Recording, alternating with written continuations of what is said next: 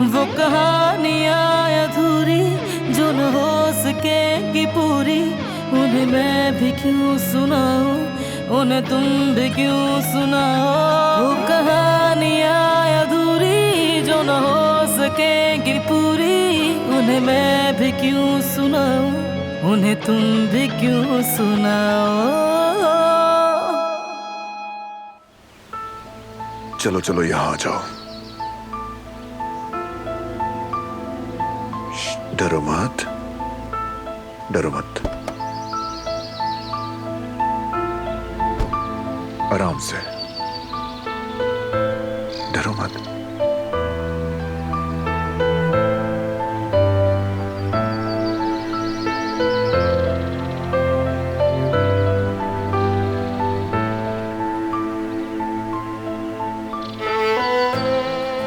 इसे ठंड लग रही है और भूख भी। गाड़ी में खाना पड़ा है, प्लीज ले आओ। मैं अभी लाती हूँ। थोड़ा पानी भी लेती आना। ठीक है।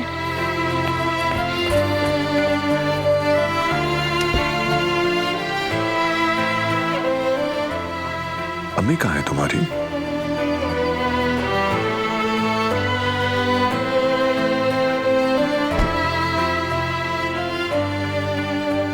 क्या भाग गई है वो?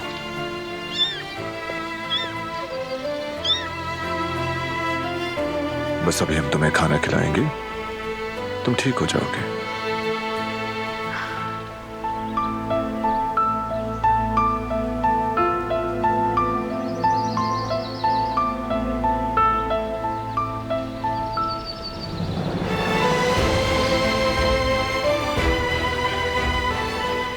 गाड़ी में बहुत सारा खाना रखा हुआ है कुत्तों और बिल्लियों के लिए।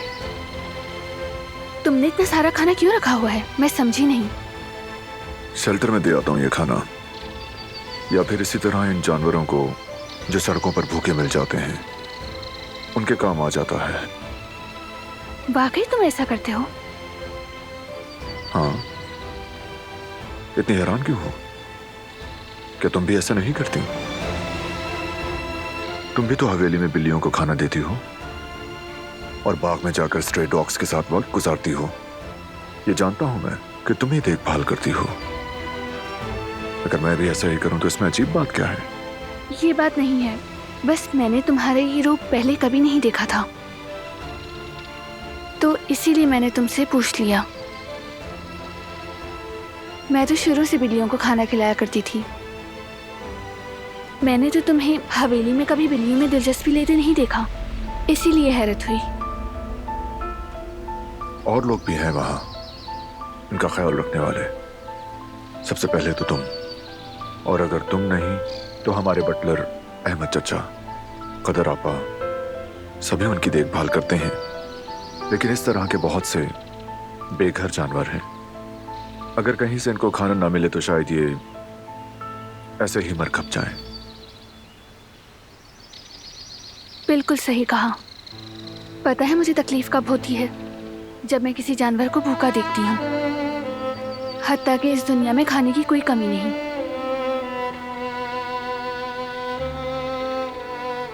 मैं अपने माँ बाप से रिलेटेड हर चीज की देखभाल करता हूँ, स्पेशली उनकी नसीहत। अम्मी कहती थी कि मखलूक के लिए सबसे तकलीफदेह इम्तिहान भूख है। खुदा कभी किसी को भूख से नहीं आजमाता, और अब लगता है कि यही मेरा अव्वलीन फर्ज है। आज भी ऐसा लगता है जैसे उनकी बातें मेरे दिल पर लिखी हुई हैं।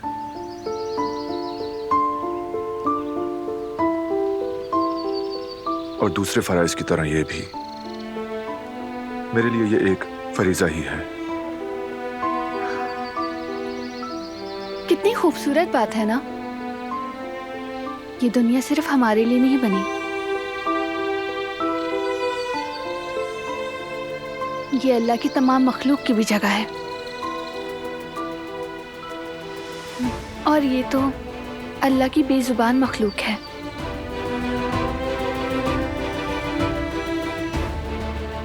और देखो ना, तुमने भी इनकी देखभाल को अपना मिशन बना लिया है। किसी दिन अगर तुम्हें मंजूर हो तो मैं भी तुम्हारे साथ शेल्टर चलना चाहूंगी। देखेंगे।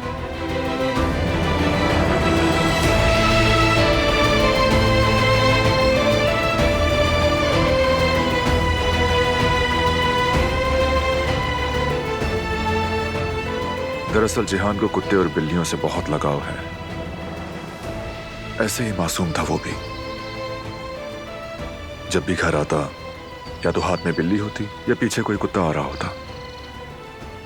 फिर हमारी मिन्नतें करता कि हम इनकी देखभाल करेंगे।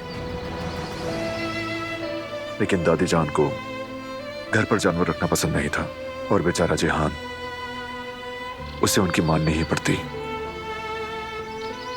क्या करता बेचारा, इनकार नहीं कर सकता था।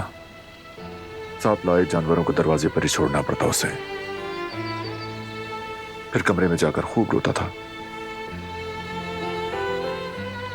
मेरी तरह मुझे भी बिल्ली पालने का बहुत शौक था। इसी तरह मासूम सी, ताकि मैं गले लगाकर उसे प्यार कर सकूं और उसके साथ खेलूं। लेकिन मेरी अम्मी इस मामले में काफी सख्त थी। उन्होंने मुझे बिल्ली को रखने नहीं दिया। उस दिन मैं भी बहुत ज्यादा रोई थी। फिर मैंने उसे छोड़ दिया और उसके बाद से मैं बागीचे में जाकर बिल्लियों को खाना दिया करती थी।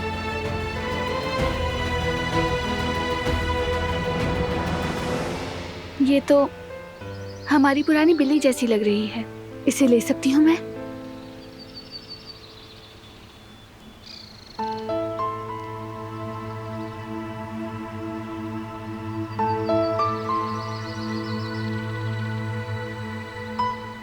एक दिन मैं और भाई रेस्टोरेंट के बाहर बैठ के बातें कर रहे थे और साथ सूरजमुखी के बीज खा रहे थे। तब मुझे एहसास हुआ कि मेज के नीचे कोई है, काली और सफेद रंग की बिल्ली, जैसे किसी बिल्ली ने टैक्सीडो पहन लिया हो।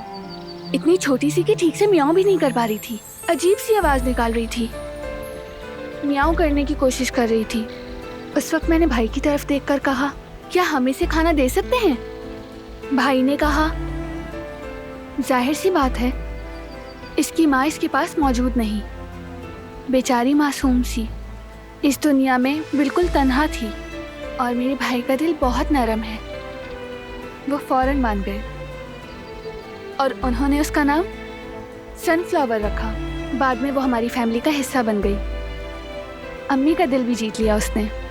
सबके सामने कहती थी कि उसे नहीं चाहती, लेकिन अकेले में अक्सर हमने उन्हें प्यार करते देखा। उसे मेज के नीचे खाना भी दिया करती थी। ये अल्लाह की बड़ी ही खामोश मखलूक है। मोहब्बत अल्फाज की मोहताज नहीं होती। आपको सिर्फ दिलों के बीच एक बहुत ही मजबूत पुल बनाना होता है।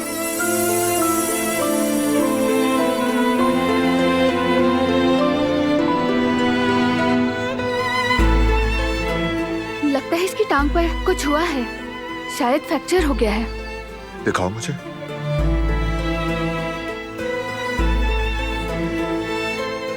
हाँ, तुम ठीक कह रही हो। इसकी टांग के साथ कुछ मसला है। अब हम इसे यहां नहीं छोड़ सकते। ये बहुत छोटा है और टांग भी जख्मी है इसकी। वेट के पास चलना होगा।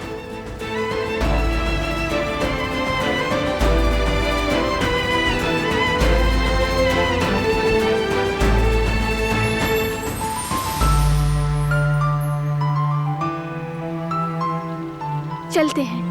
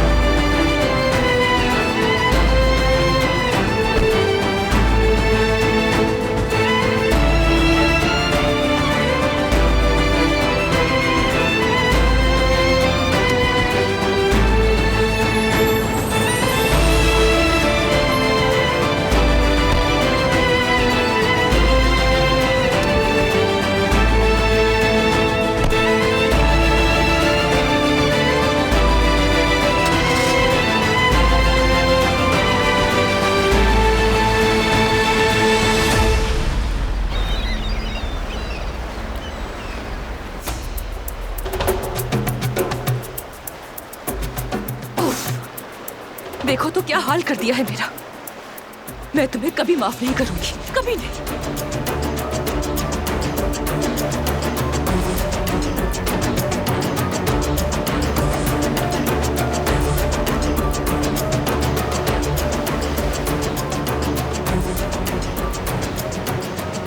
क्या तुम मुझे हमेशा यूं ही धमकाते रहोगे?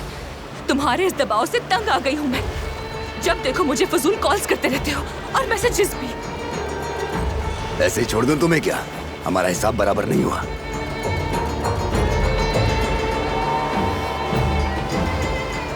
लेकिन अब खत्म हो गया। ये आखिरी बार है, इसके बाद कुछ नहीं।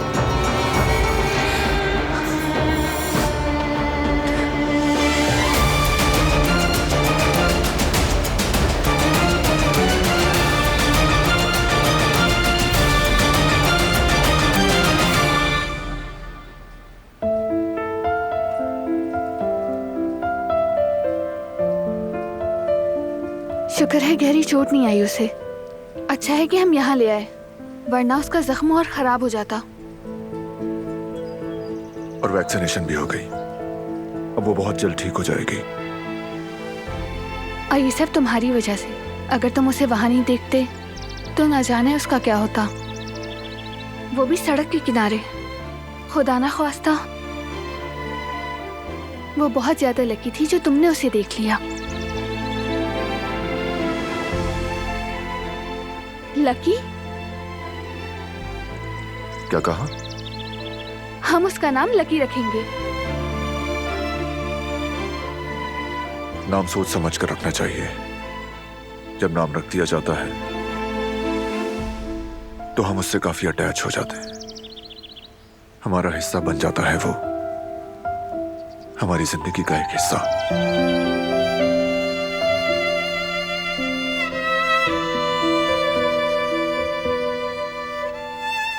अब आगे उसका क्या होगा? यानी जब वो बेड के पास से आ जाएगी? मालूम नहीं। काश कि हम उसके लिए घर ढूंढ सकते। वो सड़कों पर नहीं रह सकती, वो भी इतनी ठंड में। हमें बेड से कहना चाहिए कि वो उसके लिए घर तलाश करें।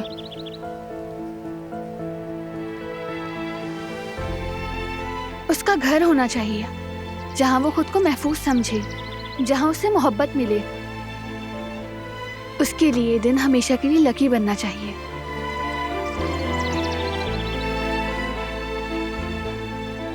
अरे चलो मैं तुम्हें ड्रॉप कर देता हूँ।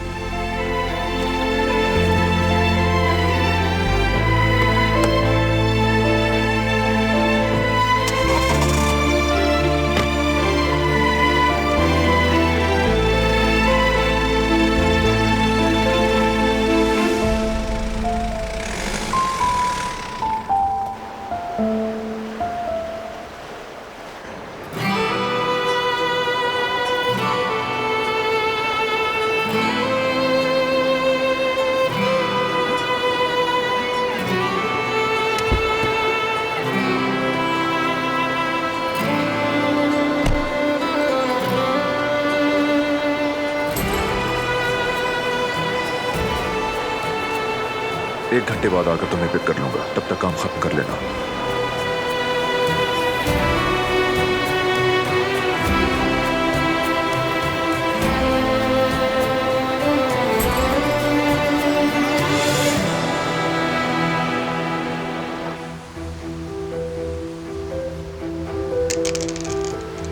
आज मेरा लक बहुत अच्छा चल रहा है। आज मैं जीत कर रहूंगा, देखना।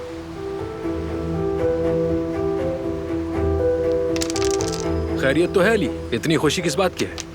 क्या कोई लॉटरी लग गई है? तुम कुछ भी कह लो हारून, लेकिन आज तो तुम भी मेरी खुशी खराब नहीं कर सकते। मैंने ऐसा क्या कह दिया? बस पूछा ही तो है ना जेवदत भाई? ये सब छोड़ो यार, चलो तुम्हारी बारी है, जल्दी करो। हाँ, दोबारा। हाँ, मैं समझ गया। तुम्हारी फैमिली रहने के लिए करीब जो आ गई, इसीलिए खुश हो? नहीं, अपने घर वापस आने की खुशी है।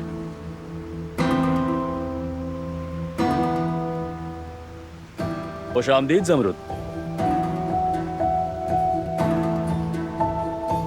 शुक्रिया भाई। हारून, तुम्हें खेलना है या नहीं? यहाँ ध्यान दो। चलो। हाँ। ला बाकी मैं कर दूं। रहने दो, मैं खुद कर लूंगा, तुम थक जाओगी। ठीक है।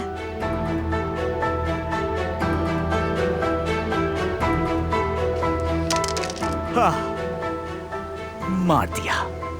मैंने कहा था ना लग अच्छा चल रहा है।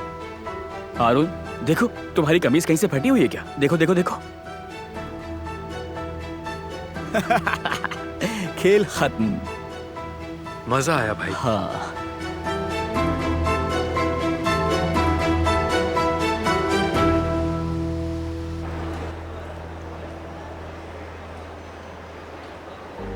दिलान, कहाँ थी तुम यार? हम तो फिक्र में मर ही गए थे। तुम ठीक तो हो ना? मैं ठीक हूँ आयशा, फिक्र मत करो। मैं सर से मिलने आई हूँ, वो क्लास में है, बस उन्हीं का इंतजार कर रही हूँ। क्लास खत्म होने में बस थोड़ा सा ही वक्त रह गया है। तुम्हें देखकर बहुत खुशी हुई, बहुत याद आ रही थी तुम्हारी। सुना है तुम्हारी शादी हो गई है बारान काराबे के साथ, क्या ये सच है? सच है। मुझे तो यकीन ही नहीं आ रहा। तुम तो मास्टर्स करने के लिए बाहर जा रही थी ना? हम सब हैरान हो गए थे। तुम तो शादी के नाम से भी दूर भागती थी। ये अचानक फैसला कैसे कर लिया तुमने? कहीं मोहब्बत का चक्कर तो नहीं था? हम इस टॉपिक पर बाद में बात करेंगे। मुझे अभी स्टूडेंट अफेयर ऑफिस जाना है। चलो ठीक है, मैं भी क्लास में जा रही हूँ। फ्री होकर तुमसे बात करती हूँ। कहीं जाना मत। मिलते हैं।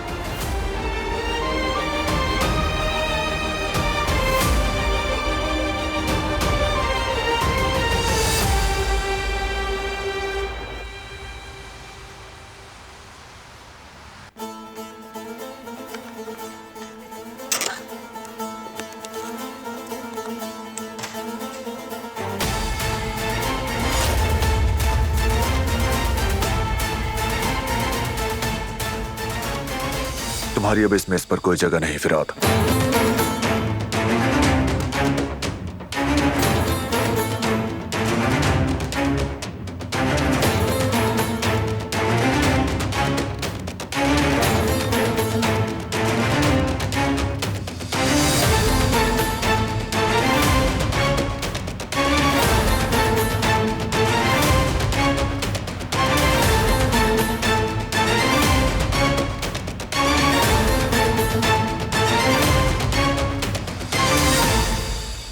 ठीक है।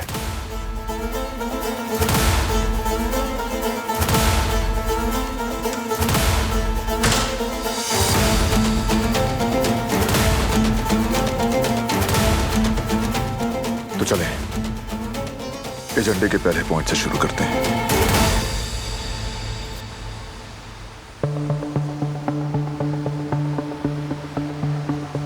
खैरियत तो है हारून?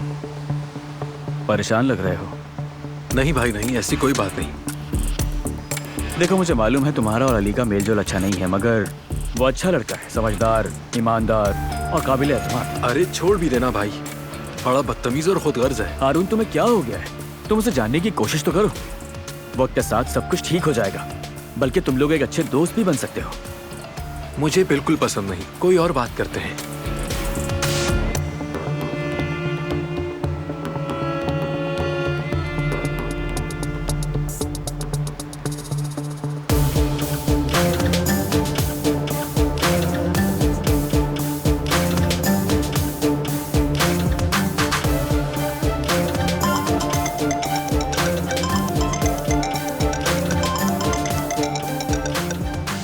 भाई मुझे फौरन जाना होगा, अम्मी की कॉल है। बाद में मिलते हैं। ठीक है ठीक है, मैं भी जाकर किचन देख लूं।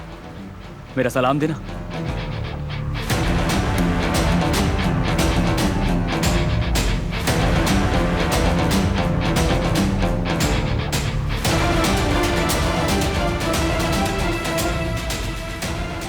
हाँ बोलो मीनी।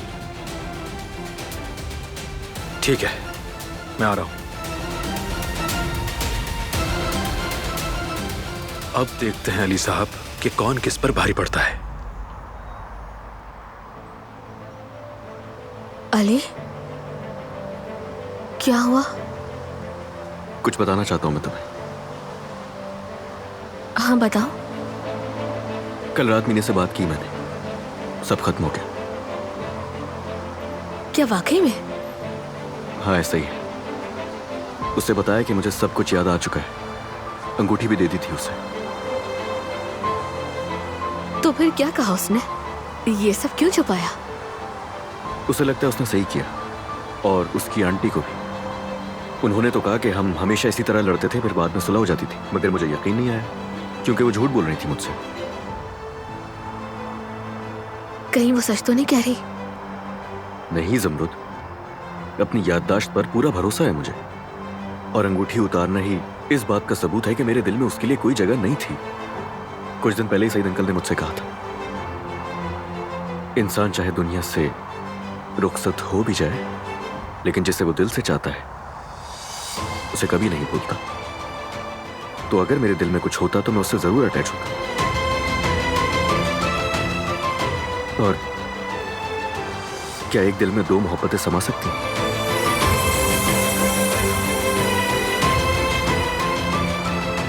मेरा दिल बस सिर्फ एक ही शख्स के लिए धड़कता है,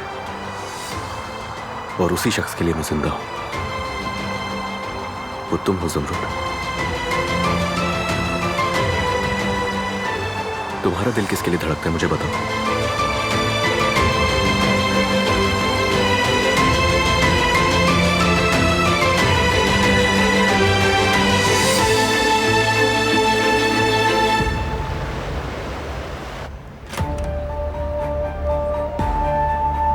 ओहो दिलान, खुश आमदीद। बहुत शुक्रिया सर आपका। आप ठीक है ना? हाँ मैं ठीक हूँ, तुम सुना? मैं भी बिल्कुल ठीक हूँ सर। सही उनकी तमाम रिपोर्ट्स हैं जिनके बारे में मैंने आपसे बात की थी। ये फाइल है।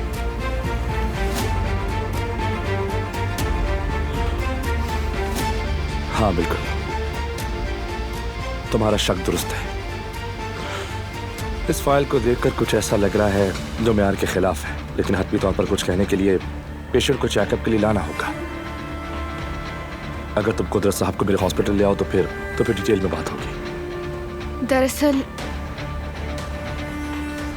ऐसा तो कुछ जाती वजूहात की बिना पर मुश्किल है, बल्कि नामुमकिन है। क्या कोई और रास्ता नहीं है? क्या हम कुछ और नहीं कर सकते? तुम्हें इस सवाल का जवाब मालूम है? I am sorry Dilan. Patient का मुआयना किए बगैर बताओ डॉक्टर मैं मजीद कुछ नहीं कह सकता। हमें कई और टेस्ट और मुआयने अच्छी तरह से करने होंगे, क्योंकि उसके बगैर हम सिर्फ अंदाजों पर ही बात कर पाएंगे दिलान।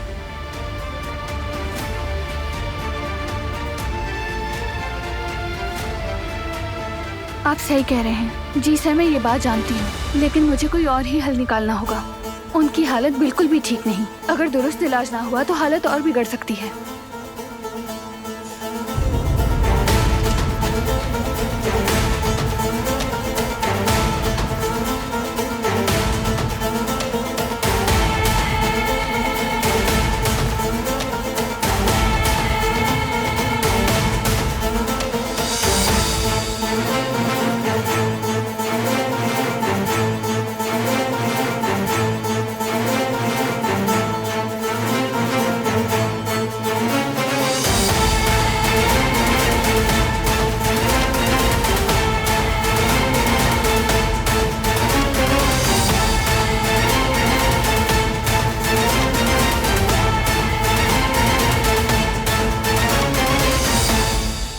जैसा मैंने कहा, मुझे पेशेंट को खुद देखना होगा। मामला थोड़ा डिफिकल्ट लग रहा है। अगर तुम तैयार हो तो मैं आज शाम 5 बजे तक यहीं पर हूं। ठीक है सर, आपका बहुत शुक्रिया।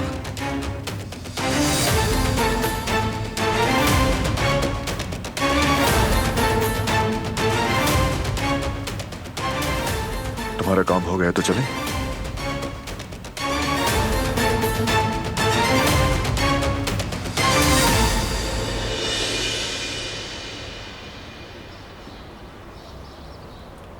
सुन रहा हूं ज़मरुद,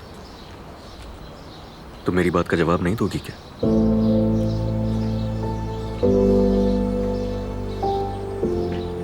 क्या तुम्हें कुछ भी नहीं कहना मुझसे?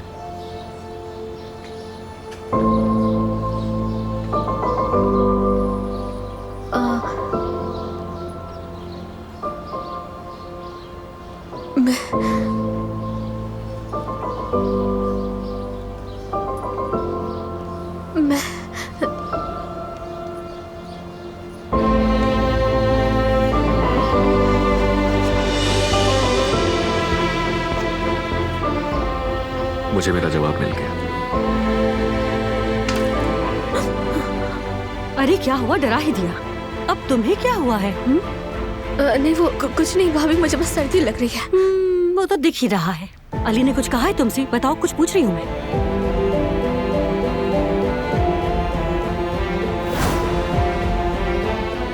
मेरा दिल सिर्फ उसी शख्स के लिए धड़कता है।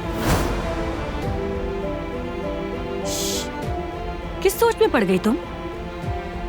कुछ नहीं भाभी, मुझे प्लेट उठानी है।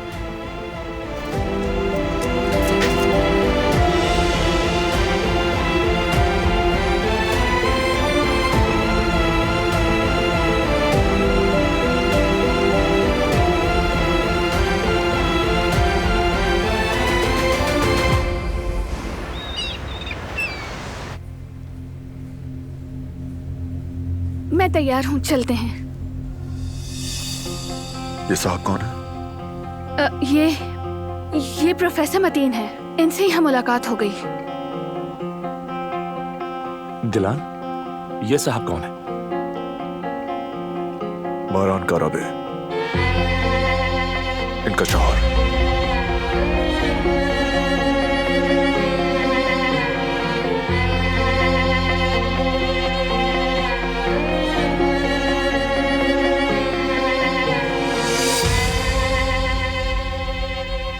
सर, आपसे यहाँ अचानक मिलकर बहुत अच्छा लगा। मैं आपको मजीद मसरूफ नहीं रखना चाहती।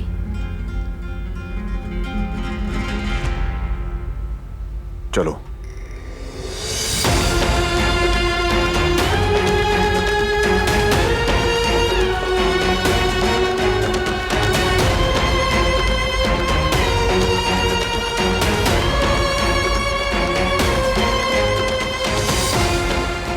कौन है ये मतीन? मैंने कहा ना, हमारे प्रोफेसर डॉक्टर हैं। चलो आओ।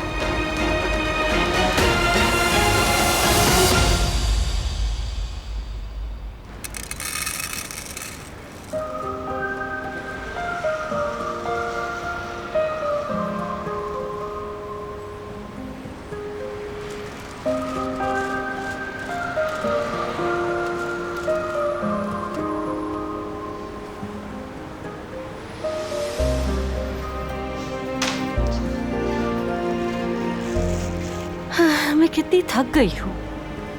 ओहो, दोनों तरफ आग बराबर की लगी है, लेकिन इन्हें कोई खबर नहीं। आओ, जरा मेरी बात सुनो। इधर आओ जमरुद, मुझे कुछ बात करनी है। आ जाओ। जी भाभी बोले। किचन में कुछ चीजें खत्म हो रही हैं, तुम दोनों बाजार जाकर लेकर आ जाओ। तो ले आता हूँ मैं। लाना क्या है बताएं? 2 किलो प्याज, 1 किलो हरी मिर्चें, 1 किलो चुकंदर, गोभी, और साहिल पर जाकर वो अनकरा के समोसे बेचने वाले से कुछ समोसे ले आना। उसे चाय के साथ खाएंगे तो बहुत मजा आएगा। चलो जल्दी से जाओ, लेकर आ जाओ। ठीक है भाभी, मैं ले आती हूँ। अली को और भी काम होंगे। अरे नहीं नहीं, तुम दोनों साथ चले जाओ। इस बहाने साहिल की ताजी हवा भी खा लोगे।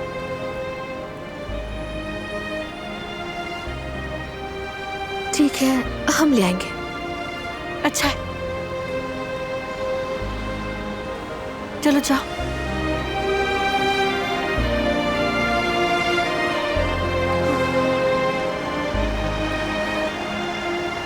सही से लेना सौदा, ठीक है?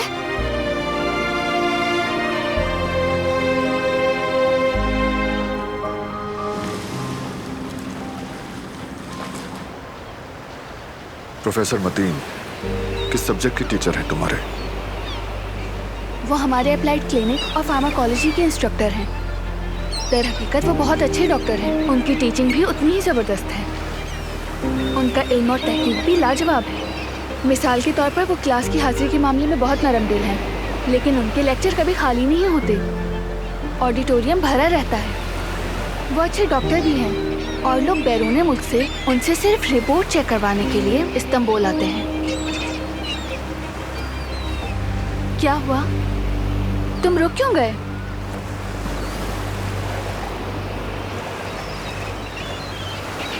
क्या हो गया है? झूठ बोल रही हो तुम उससे इत्तेफाकन नहीं मिली थी।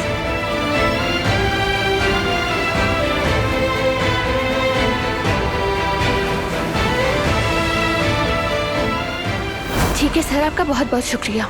मैं आप तक तमाम रिपोर्ट्स पहुंचा दूंगी।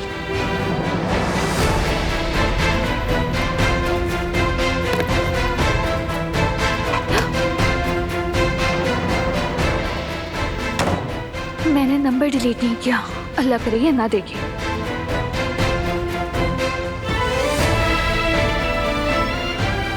क्या हुआ?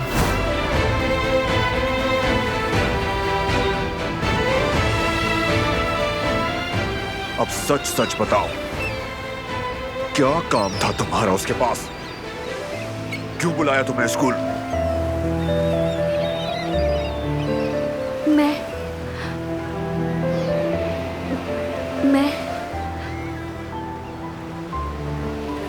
हाँ, मैंने मतीन सर से बात की थी। मैंने उनसे तुम्हारे बाबा का जिक्र किया। उन्होंने रिपोर्ट देखने की ख्वाहिश जाहिर की, और अगर मुमकिन हो तो तुम्हारे बाबा को भी। तुम होती कौन हो जो अपनी मर्जी से फैसले कर रही हो? पहले मेडिसिन और अब ये।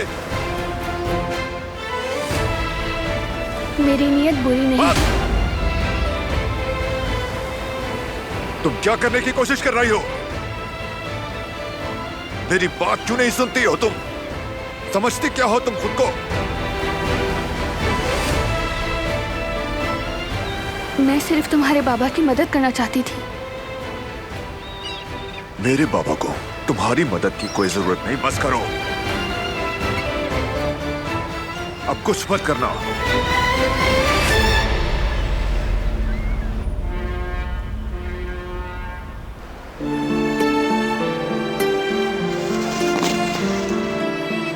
अल्लाह, रुक जाओ, मैं उठा देता हूँ।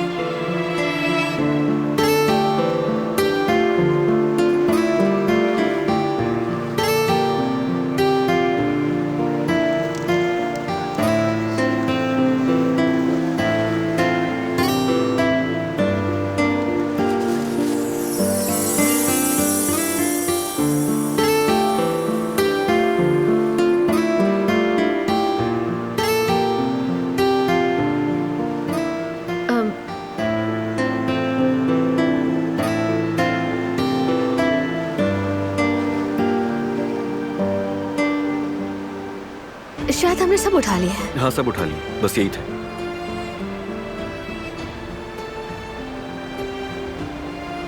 ज़मरुद,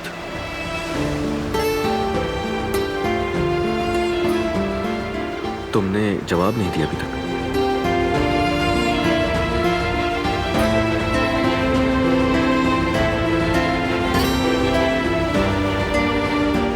अच्छा ठीक है, मुझे कोई जल्दी नहीं ज़मरुद। जब भी तुम्हारा दिल करे उस वक्त दे देना जवाब।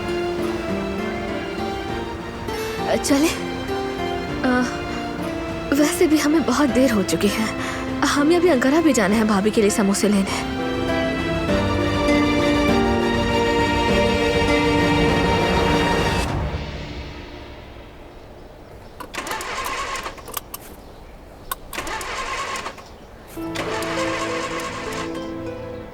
तुमने अपना सीट बेल्ट नहीं लगाया हुआ। लगा लूंगा। मैं तो बस तुम्हें याद दिला रही थी।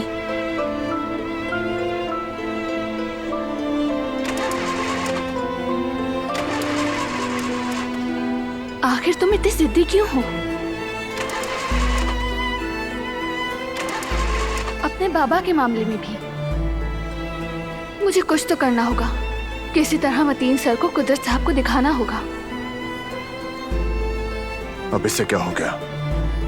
क्या हुआ? स्टार्ट नहीं हो रही। इंजन खराब हो गया? ऐसा ही लगता है। तो फिर अब क्या करेंगे?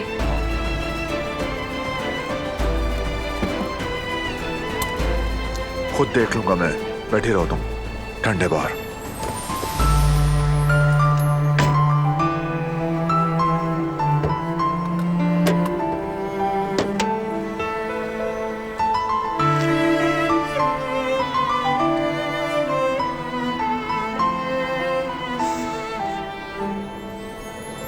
ठीक होने में थोड़ी देर लगेगी। यहाँ पास में एक कैफे है, तुम वहां चली जाओ। मौसम ठंडा है। जरूरत नहीं, मैं यहीं पर ठीक हूँ। जैसे तुम्हारी मर्जी, बस गाड़ी से मत निकलना, ठंड लग जाएगी।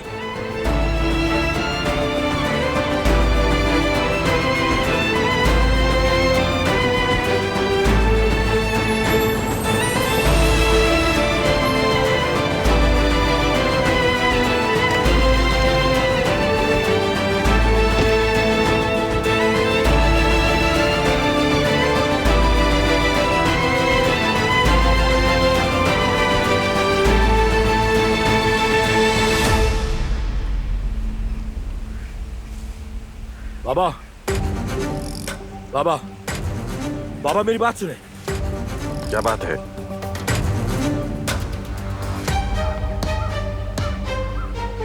बाबा, बारान सबके सामने आपके बेटे को मुझे नीचा दिखा रहा है और आप खामोश हैं। आप कुछ कहते क्यों नहीं? क्यों चुप हैं आप अब तक? मैं आपका बेटा हूं, आप फिर हिमायत क्यों नहीं करते बाबा?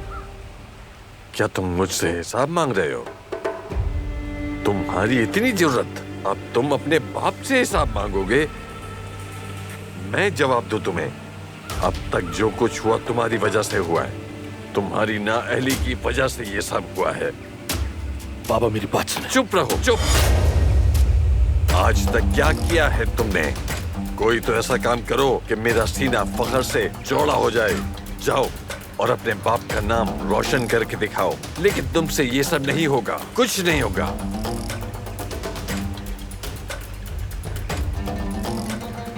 एक बार तो मेरे पीछे खड़े हो जाए बाबा, बस एक बार।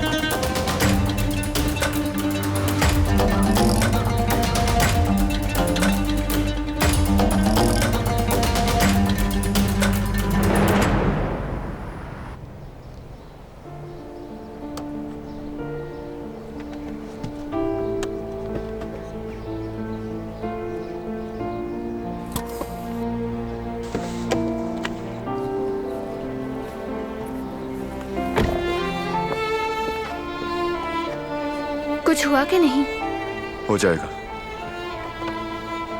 गाड़ी में रहो तुम। कब कब आ रही हो देखो। ठीक हूँ, बैठ बैठकर थक गई हूँ।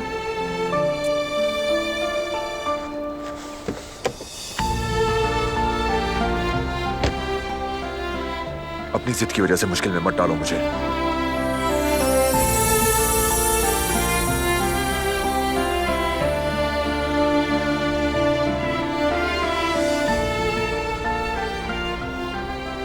शुक्रिया।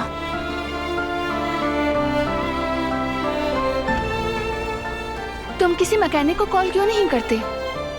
मैकेनिक को आने में 2 घंटे लगेंगे। मुझे ऐसा नहीं लगता। दरअसल हकीकत में तो तुम किसी की मदद लेना ही नहीं चाहते। ये बात बिल्कुल गलत है। ऐसा ही है।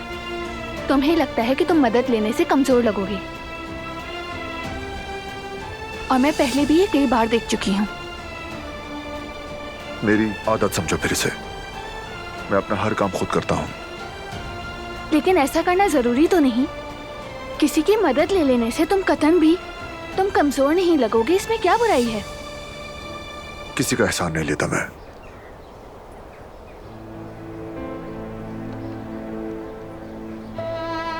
बात किसी के एहसान की नहीं है, इंसानी ताल्लुक की है। किसी से मदद लेने से तुम छोटे नहीं हो जाओगे, ये तो तुम्हें बेहतर आदमी बनाएगा। ताल्लुकात अच्छे होंगे। लेकिन मैं तुम्हें समझती हूँ। तुम्हें ये सिखाया नहीं गया। तुम तो कबीले के सरदार हो। तुम्हारे कंधों पर बहुत बड़ी जिम्मेदारियां हैं और तुम उसे अच्छी तरह निभा भी रहे हो। और हर कोई तुमसे हर चीज को हल करने की तवक्को भी रखता है, जो तुम अच्छी तरह करते भी हो। लेकिन तुम भी तो इंसान ही हो ना। हर बार हर चीज को हल नहीं कर सकते। जैसे तुम दूसरों की मदद करते हो, वैसे ही दूसरों से मदद भी ले सकते हो। इसमें कोई बुराई नहीं है। मसलन तुम्हारे बाबा, तुम इसीलिए गुस्सा हो ना क्योंकि उनके लिए मैं आज डॉक्टर मतीन से मिली। तुम्हारे लिए किसी दूसरे की मदद को कबूल करना बहुत मुश्किल है। ठीक समझा तुमने मुझे। सही कहा कि मैं एक मगरूर आदमी हूं जो किसी से मदद नहीं मांगता। लेकिन तुम कैसी इंसान हो? तुम क्यों हर मामले में दखल देती हो, उस वक्त भी जब कोई तुमसे मदद मांगना ही नहीं चाहता? क्यों बिला वजह दूसरों की निजी जिंदगियों में घुसी रहती हो तुम? मैं तो बस सब सही करने की कोशिश कर रही हूँ ताकि तुम्हारे बाबा ठीक हो जाएं। बताओ इसमें क्या गलत है? तुम ये जाहिर करना चाहती हो कि तुम्हें मेरे बाबा की मुझसे ज्यादा फिक्र है? नहीं, बिल्कुल भी नहीं। मैं तो सोच भी नहीं सकती। मैं तो बस ये कह रही हूँ कि हमारे पास एक चांस है। अगर एक बार डॉक्टर मतीन तुम्हारे बाबा को देख ले तो शायद कोई इम्कान निकल आए। इम्कानात पे यकीन नहीं, मुझे अकल पे यकीन रखता हूँ। सिर्फ इसलिए कि तुम चाहती हो, मैं किसी ऐसे शख्स को अपने बाबा की देखभाल की इजाजत नहीं दूंगा जिसे मैं नहीं जानता। काश कि तुम भी कभी अपने दिल की आवाज सुन सकते।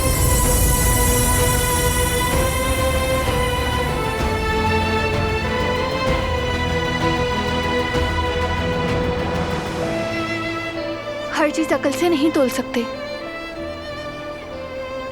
बाज दफा हमें अपने दिल की भी सुननी पड़ती है। आज जब तुम उस बिल्ली के बच्चे को बचाने के लिए रुके तो उस वक्त तुमने अपने दिल की सुनी थी ना, और उसकी जिंदगी बचाई। काश कि इस बार भी तुम बिल्कुल ऐसे ही करो।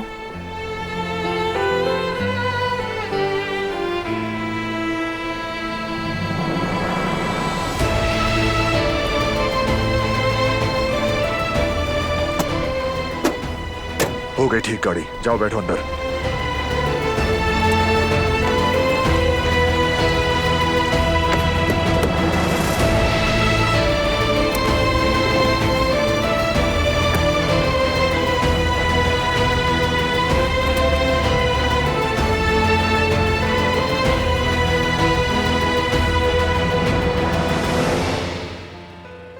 वो कहानियाँ अधूरी जो न हो सकेगी पूरी, उन्हें मैं भी क्यों सुनाऊं, उन्हें तुम भी क्यों सुनाओ।